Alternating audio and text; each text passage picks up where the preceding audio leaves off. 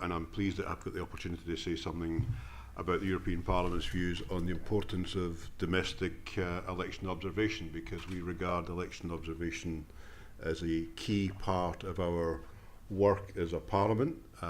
We see election observation as part of the EU's wider objective of promoting stable democracy throughout the world, and we make no apologies for wishing to export our values in relation to democracy. And of course, with the Western Balkans now being very much at the front of the queue for membership of the European Union, exporting, or perhaps exporting in that case is the wrong word, but ensuring the development of stable democracy in the Western Balkans is a vital objective for us. Let me say, though, that even though I chair the, as you know, the Montenegro delegation of the European Parliament, actually I have never done any election observation in the areas we're discussing today, Europe or Central Asia.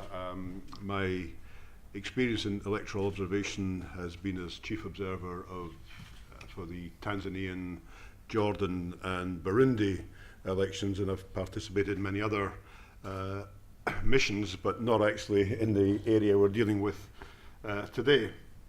As you know, the EU has three basic criteria for deciding whether to take part in election observation. The first is that we see a chance of a credible election process taking place, and if there's no chance of a credible election, then we will not take part in elections.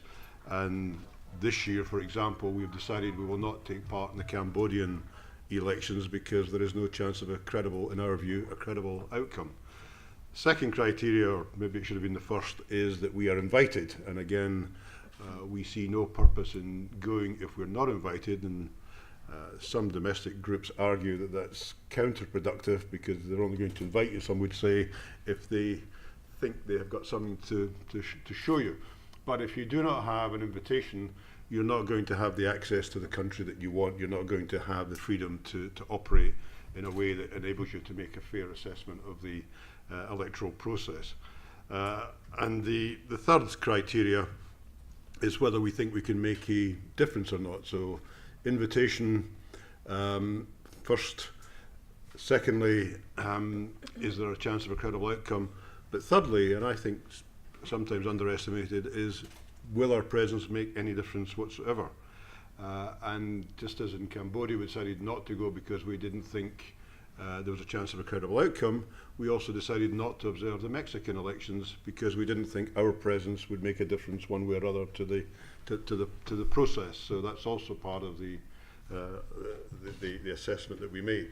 Sometimes, of course, we get it wrong. I mentioned I was the chief observer for Burundi. It was a rather aborted period as chief observer because although in advance we had assessed that there was a possibility of credible elections, on my first mission as chief observer I went to the country and decided there was no prospect of credible elections, and in consultation with the External Action Service we decided to pull our team out immediately because we just felt there was no purpose in us being there.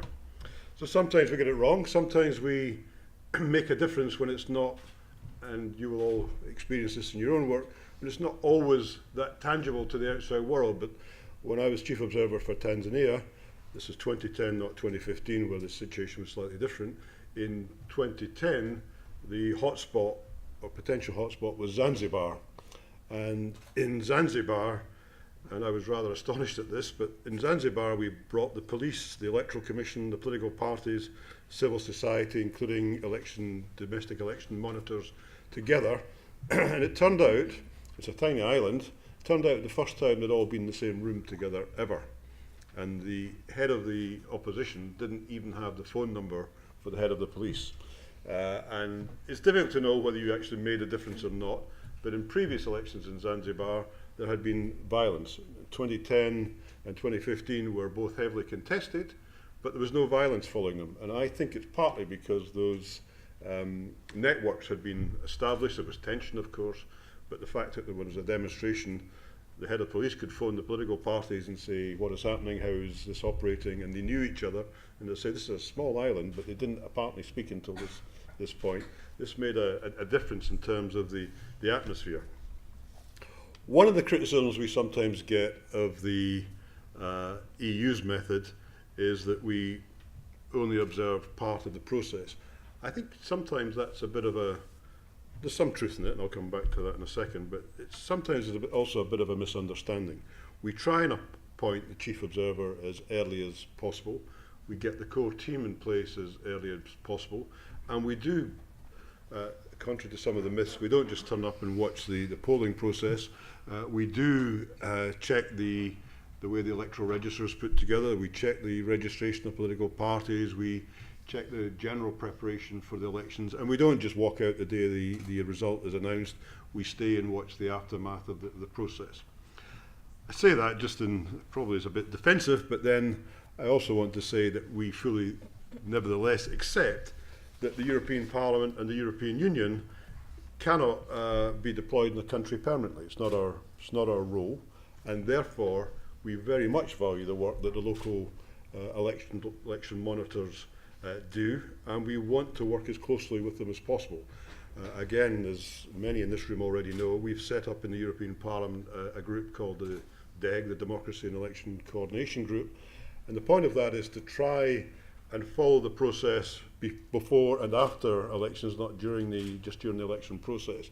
And a vital tool in that is our relationship with civil society and electoral monitors in particular, where we now try, in the end, any election report we do is our responsibility, but we try and involve local actors in the drafting of that process, or at least consulting them in the drafting of that.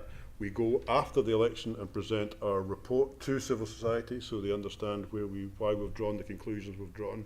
And still a work in progress, but we are trying through, at the moment, a number of core countries that we've established to establish an ongoing, regular dialogue with civil society in a group of countries, so that we can not just watch the elections, but make a difference over a period of time. In all of that, civil society is becoming a vital partner for us, and we want to work as closely as possible. We think we are already doing quite a lot, and the endowment is part of that process, but the EU needs to continue to do more in terms of training of local monitors, providing resources to local monitors, because certainly in many countries you cannot depend on national resources for such a thing. But, and this is not a criticism, but a point I think that has to be made, and I've noticed this from my own experience in a number of countries. When I go as chief observer, I'm a politician, and deep inside me I do care who wins the election, but when I act as chief observer, my whole motto, my whole approach to the process is, I don't care who wins, I only care how they win. And I think that's really important if you're an election observer, that your credibility depends on you actually just sticking by the process. What I find, and it's natural, and so it's difficult to be critical of it because the government is the government, is that many election observation groups, national election observation groups, almost become part of the opposition. Because part of their role, of course, is to criticise the government, to criticise the process, to make suggestions about how the process can be improved.